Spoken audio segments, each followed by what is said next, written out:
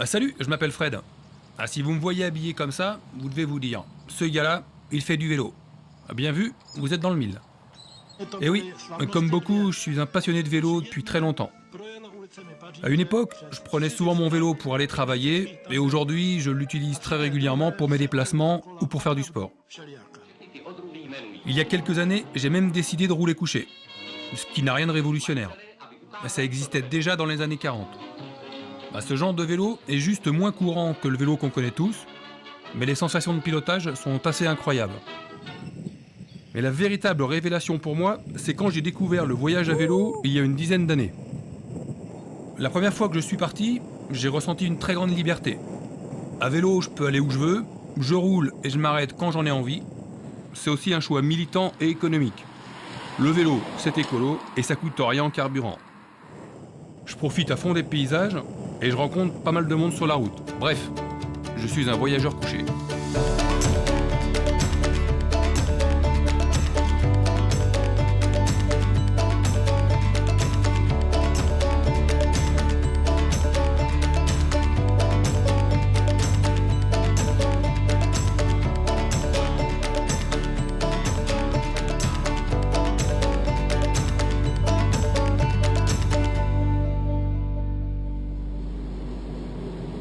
Après avoir roulé autour de l'Irlande, en Espagne et en France, cette fois je file vers ma nouvelle destination sous un soleil de plomb. Je navigue vers le sud de l'Angleterre. Je pars à la découverte des régions du Devon et des Cornouailles. La règle première quand on part à vélo, c'est d'être un minimum organisé. Alors, entre les vêtements, les outils, le nécessaire pour cuisiner et le couchage, il faut tout prévoir.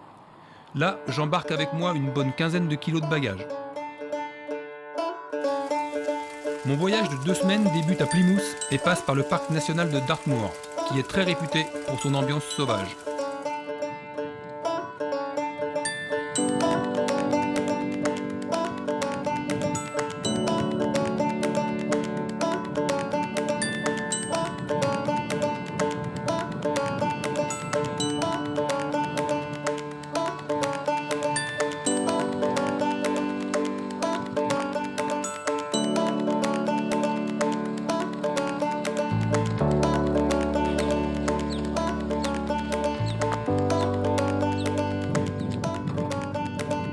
Des murs en pierre, de la lande sauvage, des moutons, des poneys,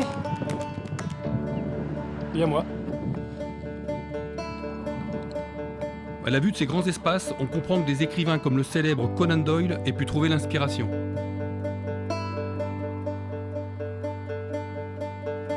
Alors voilà le genre de panneau qu'on trouve souvent dans la région.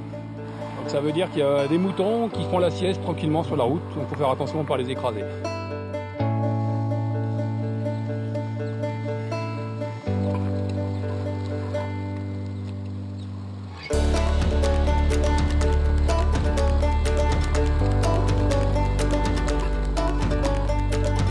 Première étape, donc je suis en plein dans le Devon, dans la région de Dartmoor National Park.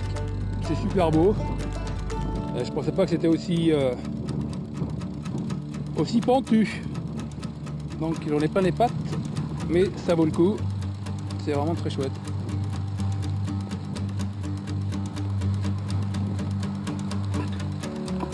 Ce soir, je rends visite à une amie, Ella.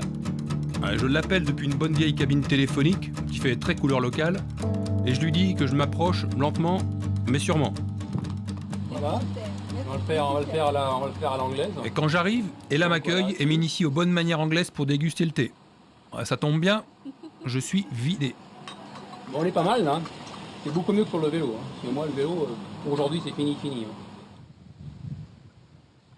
J'ai laissé tomber le vélo pour quelques heures et cette fois je pars à pied visiter le patrimoine local.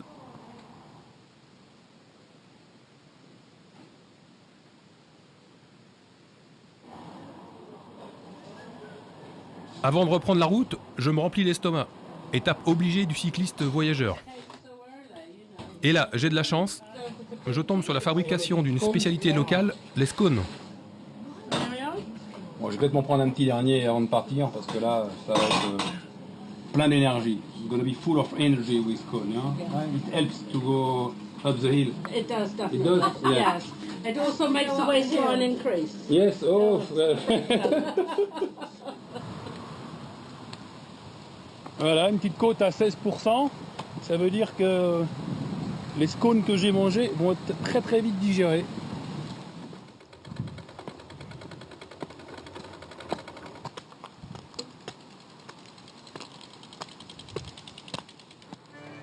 Je continue mon chemin dans la région du Devon. J'alterne entre visite et pause pour refaire le plein d'énergie. Et je profite régulièrement d'un monument national, le pub. Ah, c'est un endroit qui me convient très bien pour rencontrer des gens et passer un bon moment, surtout après une moyenne de 4 à 6 heures de pédalage par jour.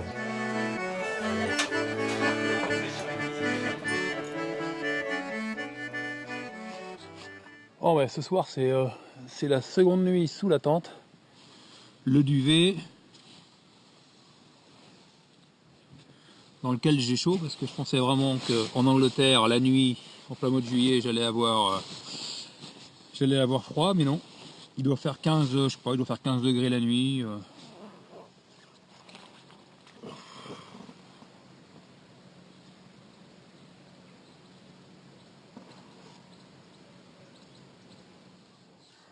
Bon, le camping n'était pas forcément extraordinaire, mais j'ai trouvé ce petit champ derrière un pub. Il y a des caravanes, il n'y a personne dedans. Et puis il y a une tente, c'est moi. Et j'ai même des tables où je vais pouvoir aller prendre mon petit déjeuner. Donc là, direction la cantine.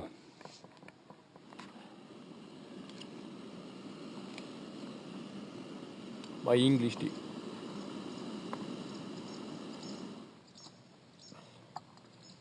Bon, on fait ça dans les traditions. Maintenant, il faut laisser infuser. Hein. Puis ça, c'est mon énergie pour ce matin. Céréales complètes et cerises, à mon avis, avec ça, je vais péter la forme.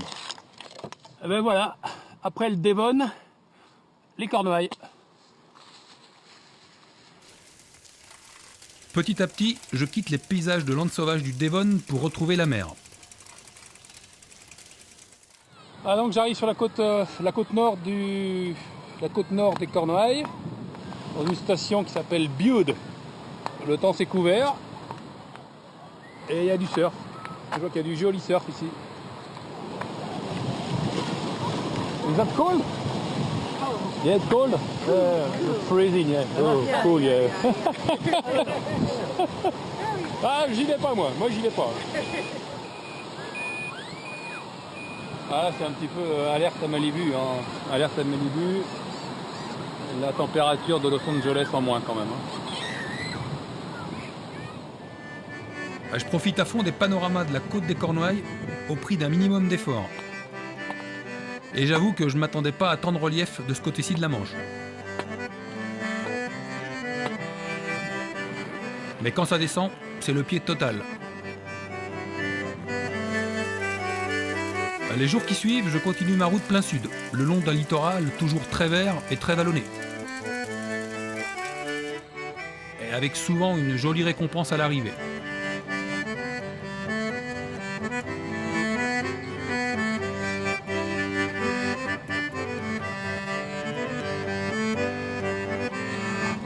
Bon, on m'a dit en venant que les Cornouailles c'était un lieu de destination pour les personnes âgées et qu'il y avait beaucoup de retraités. Bah ça y est, ça se confirme.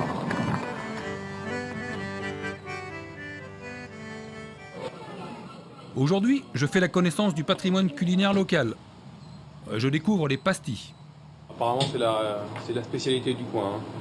En fin de compte, c'est un beignet. Ça bourre bien, à mon avis, avec ça je peux faire des kilomètres toute la journée là. En plus ça réchauffe parce que vu ce qui nous arrive dessus là, il fait un peu plus frais. Donc manger un peu chaud c'est plutôt appréciable. Bon, c'est clair, le climat est plutôt capricieux en Angleterre. J'ai droit à une bonne journée de pluie aujourd'hui, mais rien qui puisse m'arrêter pour arriver à ma prochaine étape.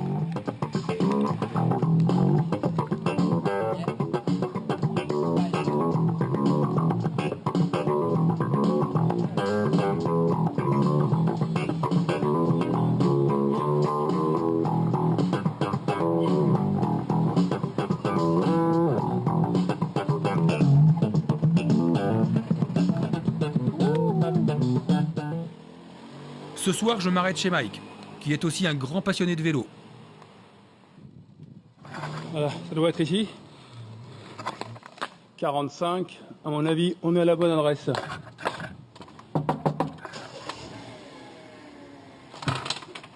Hello Mike, how are you? J'arrive donc chez Mike, que j'ai rencontré grâce au réseau de voyageurs Couchsurfing. Et il va m'inviter à rester chez lui 3 nuits. Il y a de la route. Donc là, je vais aller vers le On sud. passe les jours suivants à discuter vélo et voyage. Dans 2 ou 3 jours. Voilà. Et j'essaie même de le convertir au vélo couché. Bon, là, c'est pas gagné quand même. Hein. Merci Max, thank you Max. Sur les conseils de Mike, qui connaît la région comme sa poche, je découvre les lieux et les points de vue les plus réputés du coin.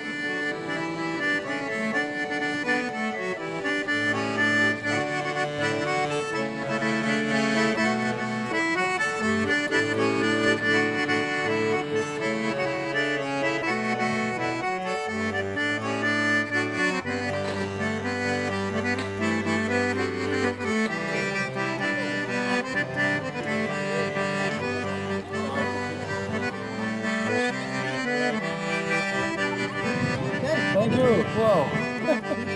Yeah, thank you very much.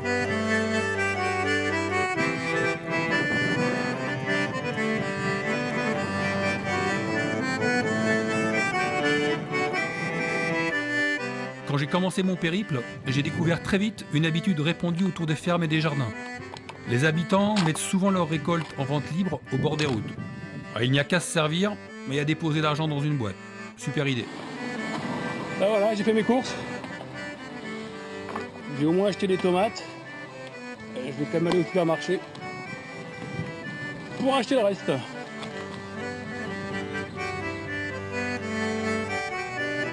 Je fais un saut à Porthleven, un port qui se trouve un peu à l'écart des circuits touristiques traditionnels. A priori, il y en a certains qui n'ont pas eu beaucoup de chance dans le village.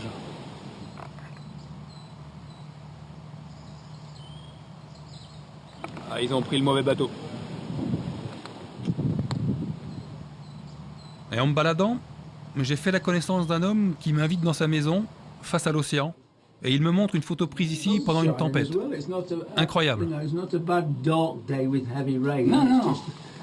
Of course. Water swilling about here, right over the roof up to the back. It's really, really bad. Après le pub, le fish and chips, une autre fierté du patrimoine national. Ah, ok. J'ai attendu une semaine avant de prendre mon fish and chips. Alors là, il va être bon, vous allez voir. Voilà, superbe. Hey. J'ai attendu une semaine, mais je l'ai eu mon fish and chips. Hein. Thank you. Thank you very much. Thank you. I'm gonna Nice eat it. meeting you. Thank you very much. Thank you. Au revoir. Au revoir. Là.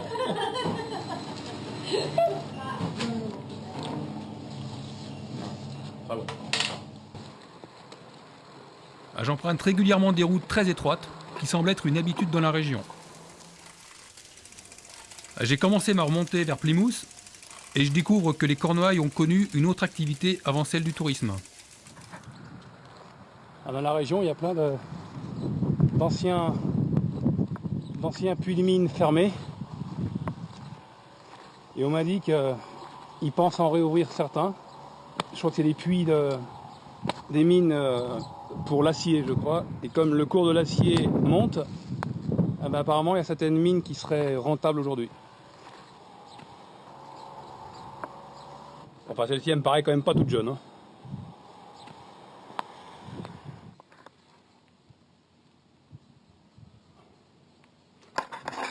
Sans souci, je veux bien, mais le problème c'est qu'à ce croisement, ils ont oublié de mettre des flèches, donc je sais pas si la route part à droite ou à gauche. Donc soit je vais par là, soit je vais par là. Il y a encore un puits de mine. Ouais, a priori, je vais dans la bonne direction. J'ai retrouvé un sentier qui ressemble fortement à une piste cyclable. Et je vais vers l'est. Donc à mon avis, je vais bien. Il paraît que les Anglais se sont pris de passion pour le vélo depuis quelques années. Ils ont raflé un nombre incroyable de médailles olympiques à Londres en 2012 et gagné les 2 derniers Tours de France. Bon, moi, avec mon vélo couché, je suis hors catégorie pour une médaille, mais ça m'empêche pas de me frotter à un autre passionné.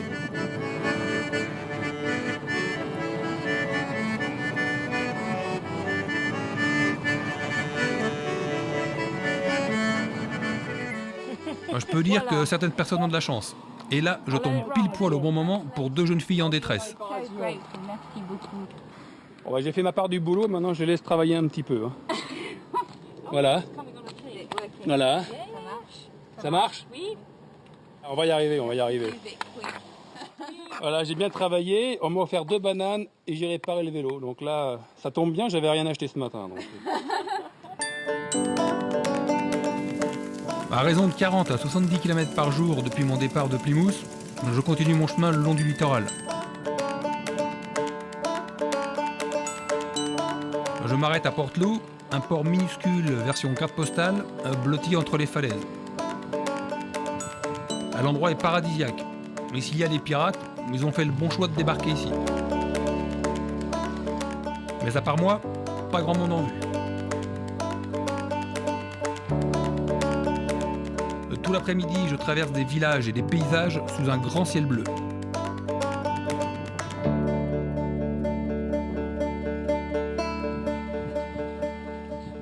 Je termine ma journée dans la ville de Mevagisset, et comme il est trop tôt pour planter la tente, j'en profite pour visiter le port.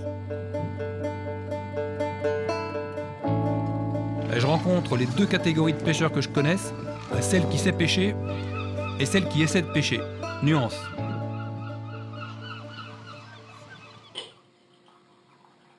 Ce matin, comme d'habitude, je dévore un English breakfast monumental. Et avec ça, plus rien ne m'arrête. En fin d'après-midi, j'atteins une autre destination magnifique, les petites villes de Foyle et Polruan.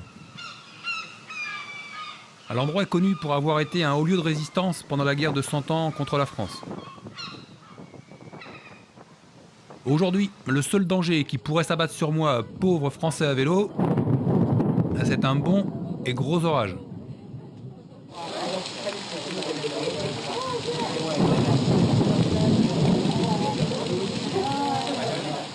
Là, on voit plus rien, là, on voit plus rien du tout.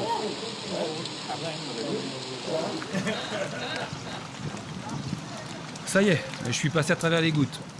Et comme ce soir, j'ai vraiment pas envie de planter la tente, je pars rechercher un bed and breakfast pour la nuit. En tout cas, l'endroit est mignon comme tout. Hein. Waouh, c'est super beau.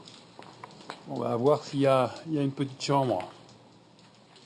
Voilà, je vous ai dit que j'avais beaucoup de chance. J'arrive dans un bed and breakfast. J'arrive dans un bed and breakfast et on m'offre du whisky. Voilà, avec ces gens très sympathiques. Et la pluie arrive. La pluie continue de tomber.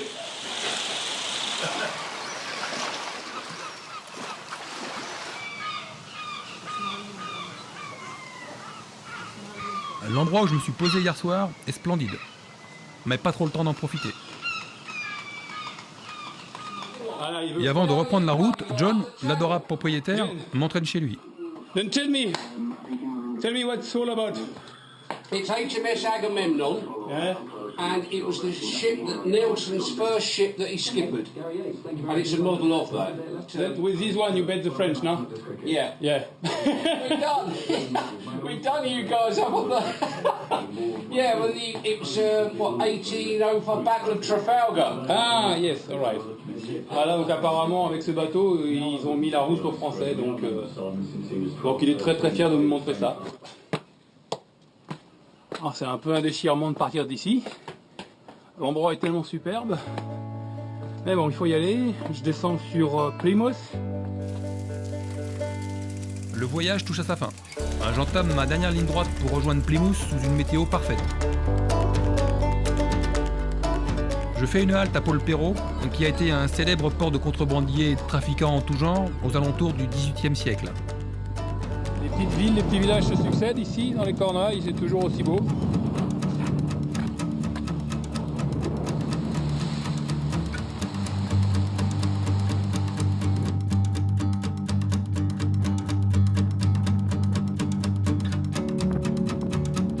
Je me suis levé très tôt ce matin pour ma dernière étape avant le ferry du retour. Je visite la ville de Loup encore endormie et je me remets rapidement en route.